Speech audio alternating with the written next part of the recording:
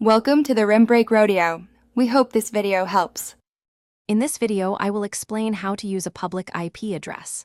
First, let's understand what it is.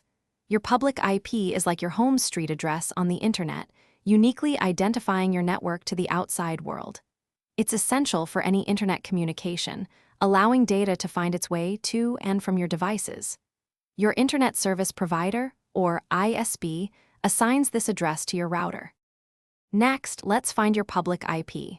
The simplest way is to search what is my IP address on any search engine. Many websites will display it instantly. Remember, for most home users, this address is dynamic, meaning it can change.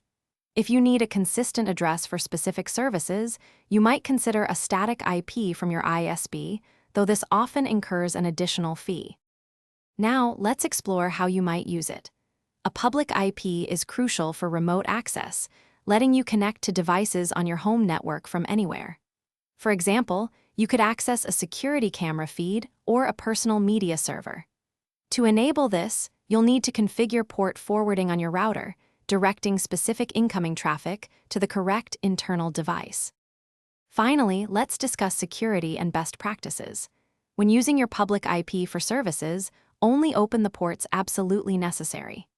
This reduces your exposure to potential threats. Always ensure your devices and router firmware are updated and use strong, unique passwords.